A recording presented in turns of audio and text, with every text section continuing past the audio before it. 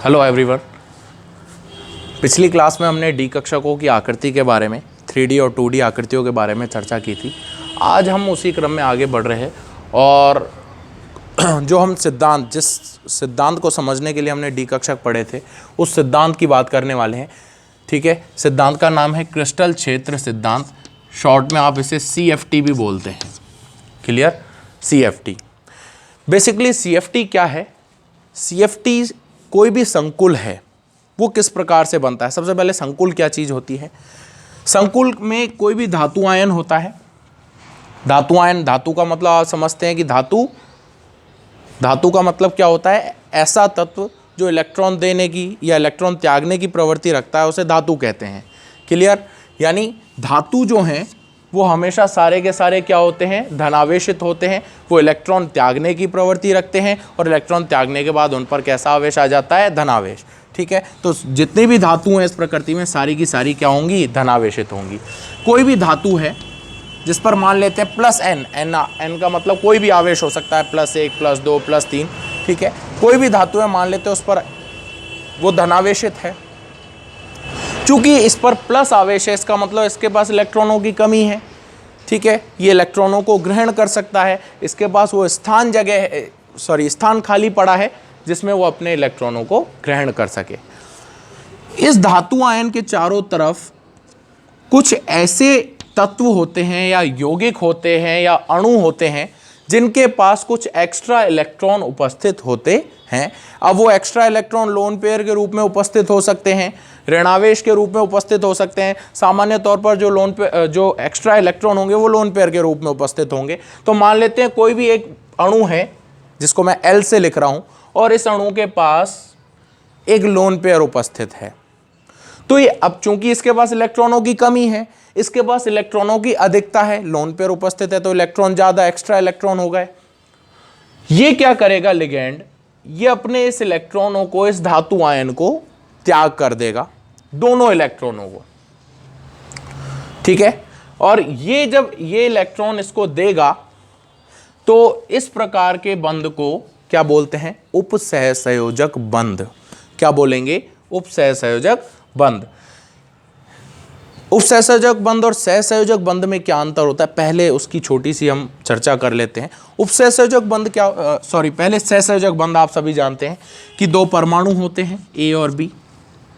एक बंध में से एक इलेक्ट्रॉन A से आता है, दूसरा इलेक्ट्रॉन B से आता है। A और B अपने एक एक या दो दो या तीन तीन जितने जितने इलेक्ट्रॉनों का साझा करते हैं और साझा करने के बाद इनके बीच में एक बंध बनता है। उस बंध को हम सहसंयोजक बंध कहते हैं।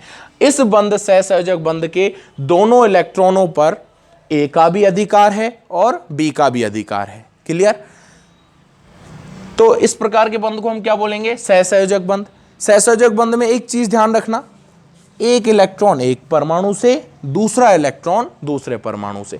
लेकिन उपसहसंयोजक बंध की अगर मैं बात करूं तो बंध के इलेक्ट्रॉन केवल एक ही परमाणु से आते हैं और A और B के बीच में एक वैसा ही सहसंयोजक जैसा ही बंध बनता है। साझे के जो इलेक्ट्रॉन हैं वो केवल एक ही परमाणु से आएंगे, दोनों के दोनों इलेक्ट्रॉन। B अपने इलेक्ट्रॉन नहीं देगा। क्लियर? इसलिए यह बंध उसी स्थिति में बनता है जब एक परमाणु तो इलेक्ट्रॉन के पास उसकी कमी हो, इलेक्ट्रॉन की कमी हो, और दूसरे परमाणु के पास इलेक्ट्रॉन की अधिकता हो। ऐसी स्थिति में ही उपसहसंयोजक बंध का निर्माण होता है। क्लियर? एक के पास कमी होगी, इतनी कमी होगी कि वो साझे के लिए भी इलेक्ट्रॉन नहीं दे पाएगा, और दूसरे के पास इलेक्ट्रॉनों की अधिकता होगी, इतनी अधिकता होगी कि वो आसानी से अपने इलेक्ट्रॉनों को त्याग देगा और इलेक्ट्रॉन देने के बाद उस पर कोई फर्क नहीं पड़ेगा। इसलिए उपसहसंयोजक बंध एक इलेक्ट्रॉन धनी और एक इलेक्ट्रॉन न्यून स्पीशीज के मध्य बनने वाला बंध होता है। क्लियर? ठीक है, साझे के इलेक्ट्रॉन कहां से आएंगे? B से, और B से साझे के इलेक्ट्रॉन आएंगे तो दोनों के बीच में एक बंध बनेगा और बंध में एक, ये जो दोनों इलेक्ट्रॉन हैं B के हैं, लेकिन इसका मतलब ये नहीं है कि B ने अपना जो दोनों इलेक्ट्रॉन है वो पूरी तरीके से A को त्यागे हैं। ऐसा नहीं होगा।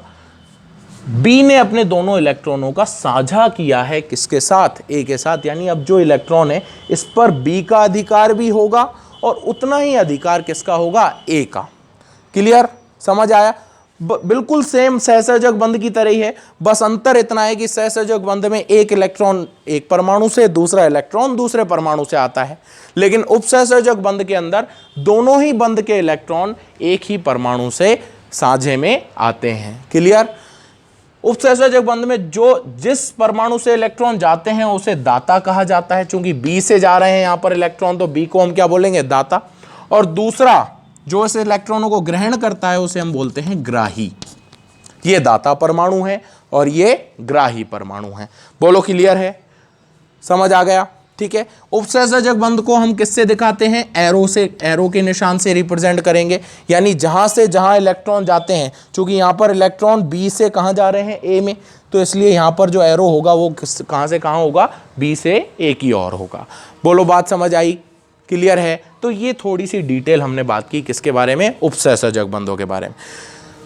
संकुल जो यौगिक होते हैं, क्योंकि यहां पर हम सारी संकुलों की ही बात करेंगे, तो संकुल यौगिकों के अंदर जितने भी बंध आपको मिलेंगे वो सारे के सारे उपसहसंयोजक बंध मिलेंगे। और वो उपसहसंयोजक बंध किस किस के मध्य बनता है, वो उपसहसंयोजक बंध एक तो धातु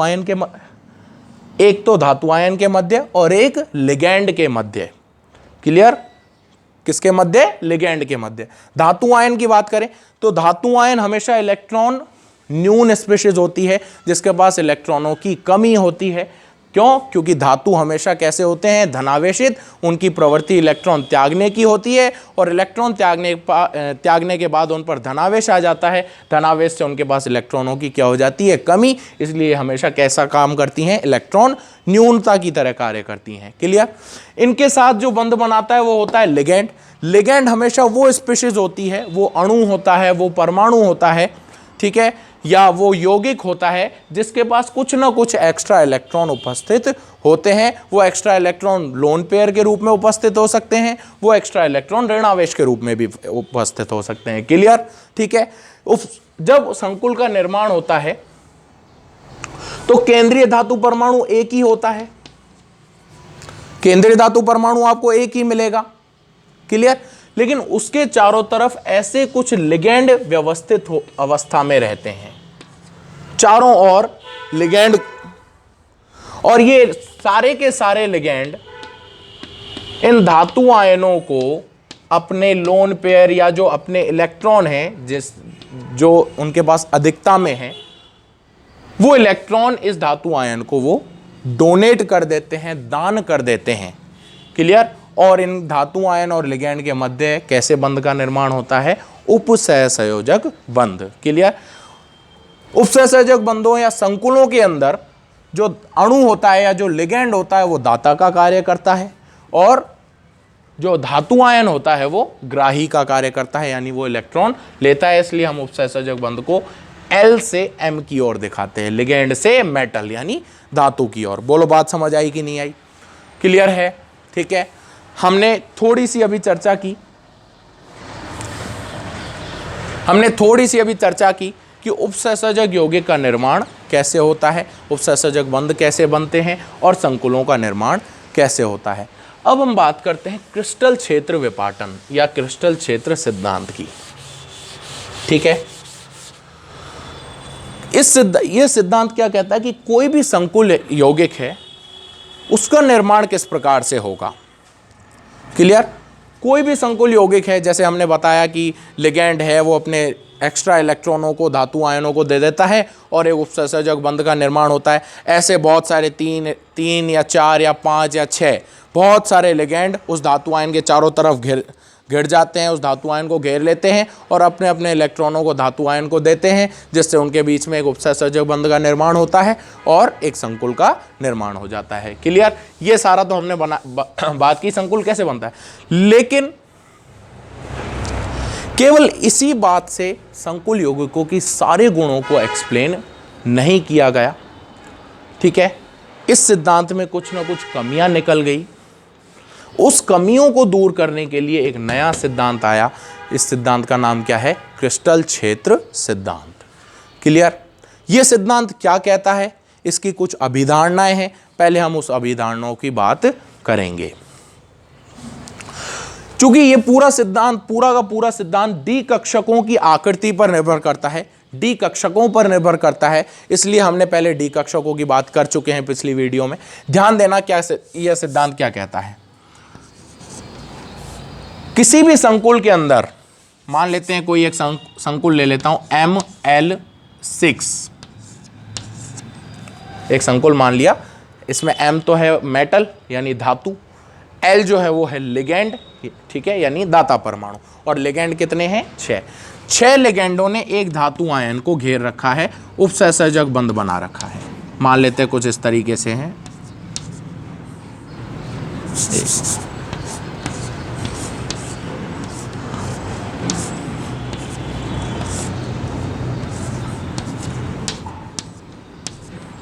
कुछ इस तरीके से।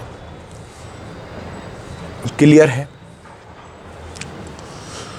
यह सिद्धांत ये कहता है कि जब धातु परमाणु, क्योंकि एक चीज जरूर ध्यान रखना कि संकुलों के अंदर जो धातु परमाणु होंगे वो डी कक्षक वाले होंगे, यानी केवल ऐसे धातु ही संकुल यौगिकों का निर्माण करते हैं जिनमें डी कक्षक उपस्थित हो।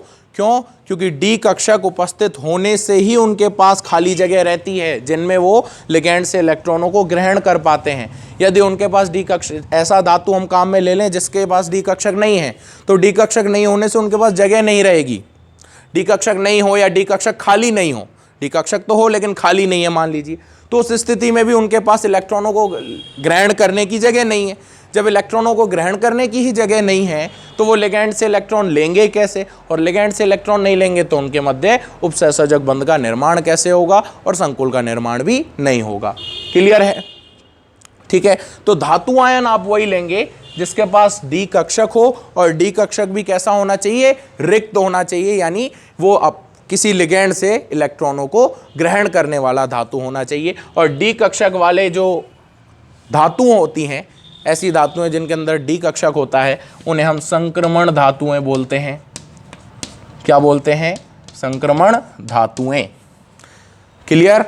यानी डी ब्लॉक के जो भी तत्व हैं, 3D सीरीज, 4D सीरीज और 5D सीरीज, 30 तत्व होते हैं। 3D सीरीज के अंदर 10 स्कैंडियम से लेकर जिंक तक, 4D सीरीज और 5D सीरीज, 4D सीरीज के अंदर भी 10 तत्व होते हैं, 5D सीरीज के अंदर भी 10 तत्व होते हैं। तो कुल संक्रमण धातु कितने हो गए? 30 तत्वों के 30 जो धातुएं हैं वो 30 की 30 धातुएं कॉम्प्लेक्स या संकुल यौगिक बनाने में या संकुल यौगिक बनाने की प्रवृत्ति रखती हैं। क्लियर है? इनके अलावा और कोई आवर्त सारणी के अंदर ऐसी कोई धातु नहीं है जो संक्रमण तत्व बनाए। इवन F कक्षक वाले तत्व भी संकुल बनाने की प्रवृत्ति नहीं रखते। क्लियर? समझ आया?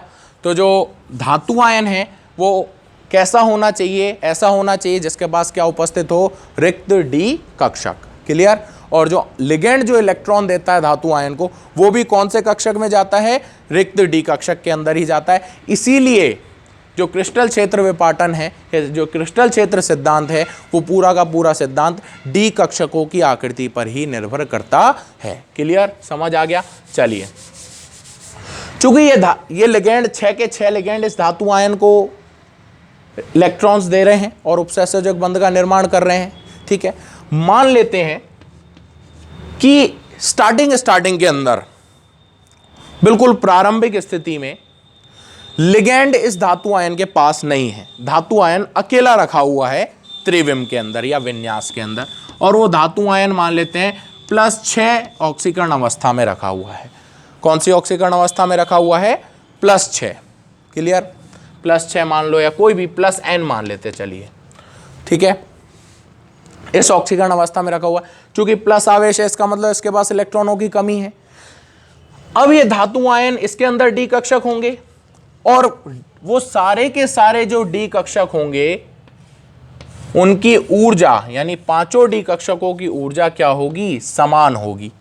जैसा कि हम जानते हैं, हमने पढ़ रखा है 11th-12th क्लास के अंदर कि पांचों डी कक्षक जो होते हैं वो समभ्रंश कक्षक होते हैं, मतलब उनकी ऊर्जाएं क्या होती हैं? समान। क्लियर? मान लेते हैं पांचों डी कक्षकों की ऊर्जाएं क्या हैं? समान। लेकिन और वो समान कब है? जब धातु आयन अकेला रखा हुआ है, उसके पास में कोई लिगैंड उसके संपर्क में नहीं है।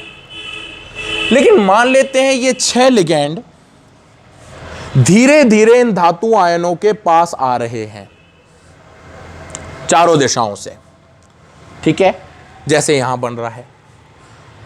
जैसे ही ये डी कक्षकों के पास आएंगे, ये लिगैंड धातु आयन के पास आएंगे, तो इस धातु आयन के जो डी कक्षक हैं, उन डी कक्षकों और धातु आयनों लिगैंडों, उनके बीच में प्रतिकर्षण बल काम करेगा। क्या काम करेगा? प्रतिकर्षण बल, ठीक है। किस किस के बीच में? धातु आयन के 5 डी कक्षकों और लिगैंडों के कक्षकों, इन कक्षकों के बीच में क्या काम करेगा? प्रतिकर्षण बल काम करेगा। क्लियर है? उस प्रतिकर्षण बल से क्या होगा? प्रतिकर्षण बल से आप जानते हैं कि तंत्र की ऊर्जा में क्या हो जाती है? वृद्धि। आकर्षण से तंत्र की ऊर्जा में क्या आ जाती है? कमी। क्लियर? जैसे ही प्रतिकर्षण बल काम करेगा, इन 5 डी कक्षकों की ऊर्जा क्या हो जाएगी? बढ़ जाएगी। ये 5 के 5 डी कक्षकों की ऊर्जा क्या हो जाएगी?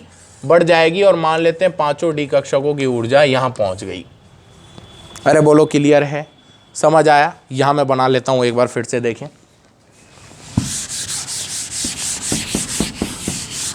देखो,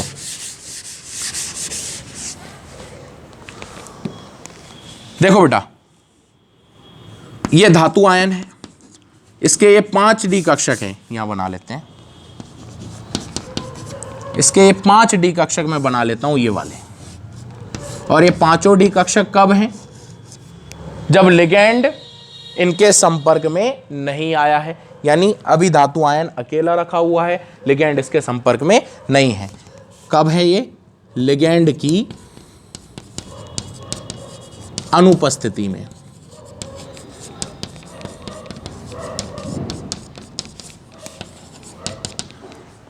क्लियर?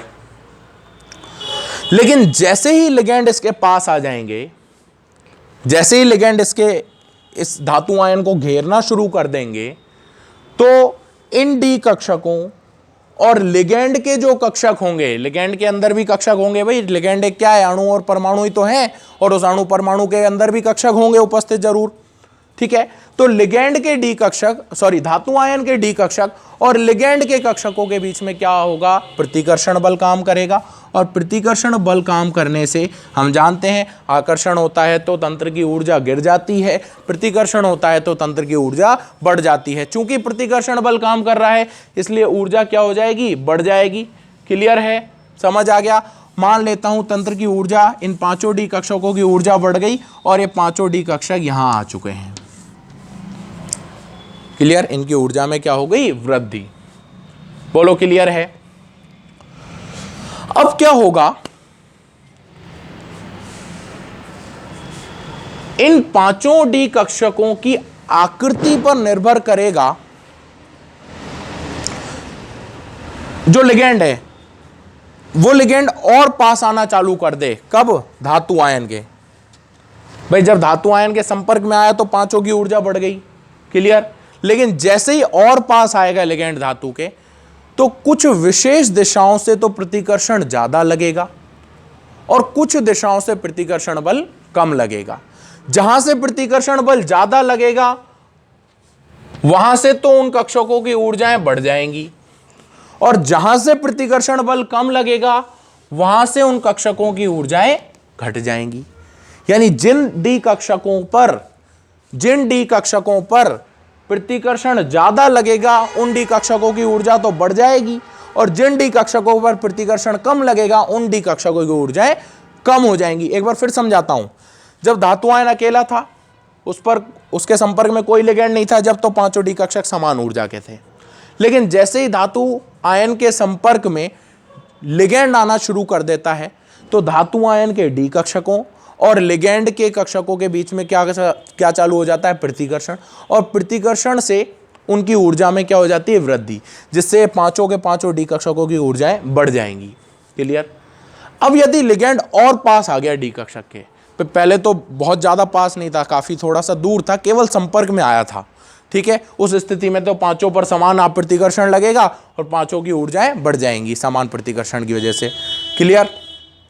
लेकिन जैसे ही वो लिगेंड धातु आयन के और पास आएगा, और पास आने से क्या हो जाएगा कि जिस दिशा से या जिस कक्षक पर धातु आयन का प्रतिकर्षण ज्यादा लग रहा है उस पर उसकी ऊर्जा में तो वृद्धि हो जाती है, और जिस डी कक्षक पर प्रतिकर्षण कम लग रहा है उस कक्षक की ऊर्जा में क्या हो जाती है, कमी, जिससे ये पांचों डी कक्षक अलग अलग कक्षकों के अंदर या अलग अलग ऊर्जाओं में विभाजित हो जाते हैं, और इस विभाजन को ही हम कहते हैं क्रिस्टल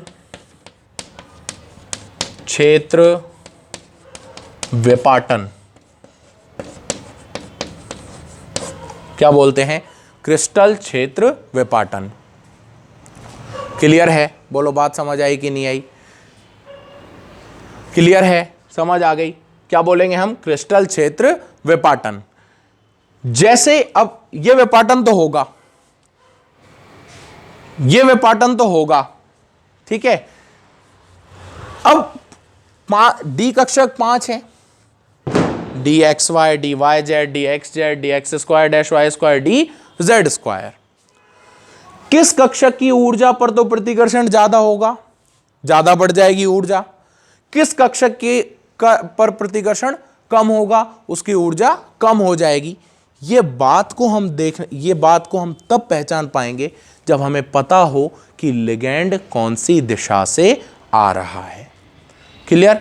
जिस दिशा से लिगेंड आएगा, ठीक है, और उसी दिशा के अंदर वो कक्षक रखा हुआ है तो उस पर प्रतिकर्षण बल ज्यादा लगेगा, दूसरे दिशा वाले पर प्रतिकर्षण बल कम लगेगा, और उस हिसाब से उसकी ऊर्जाओं में क्या आ जाएगा, अंतर। क्लियर। तो किस दिशा से क्या कक्षक आएगा, ये दिशाएं डिसाइड करने के लिए जो संकुल आयन होते हैं वो 3 प्रकार के होते हैं, एक अष्टफलकीय संकुल, एक चतुष्फलकीय संकुल और एक वर्ग समतलीय संकुल। ठीक है, इन तीनों प्रकार के संकुलों की चर्चा हम नेक्स्ट वीडियो में करने वाले हैं। फिलहाल आज की क्लास में हमने ये बताया है कि इंट्रोडक्शन पार्ट क्या होता है क्रिस्टल क्षेत्र सिद्धांत का, क्रिस्टल क्षेत्र सिद्धांत क्या कहता है, क्या किस तरीके से डी कक्षक टूटते हैं कि जब धातु आयन लिगेंडों के संपर्क में आना शुरू हो जाता है तो उनके पांचों डी कक्षकों की ऊर्जा बढ़ जाती है क्योंकि प्रतिकर्षण होता है, और जैसे और पास आएगा, जिस दिशा से ज़्यादा पास आएगा वहाँ पर प्रतिकर्षण और बढ़ जाएगा, जिस दिशा से कम पास आ रहा है या मैं कहूँ कि जिस दिशा से वो दूर है उन कक्षकों की ऊर्जाएं कम हो जाएंगी, जिससे डी कक्षक 2 श्रेणियों में बढ़ जाएंगे, और इस बंटने को, इस विभाजन को, डी कक्षकों के इस विभाजन को हम क्या बोलते हैं, क्रिस्टल क्षेत्र विपाटन। और इस विपाटन की वजह से ही संकुलों का निर्माण होता है। और किस दिशा या किस कक्षक की ऊर्जा बढ़ेगी डी कक्षक में पांचों में से, और किस कक्षक की ऊर्जा घटेगी, वो हम कब चर्चा करेंगे, नेक्स्ट वीडियो में, जब हम ये समझेंगे कि अष्टफलक में कहाँ से लिगेंड आएंगे, चतुष्फलक में कहाँ से लिगेंड आएंगे, और वर्ग समतलीय संरचना के अंदर कहाँ से लिगेंड आएंगे, और किन किन कक्षकों की ऊर्जाएं बढ़ेंगी, किन किन कक्षकों की ऊर्जाएं कम हो जाएंगी। क्लियर है, आज की क्लास में काफ़ी है, नेक्स्ट बात करेंगे हम अगली वीडियो में। Good bye.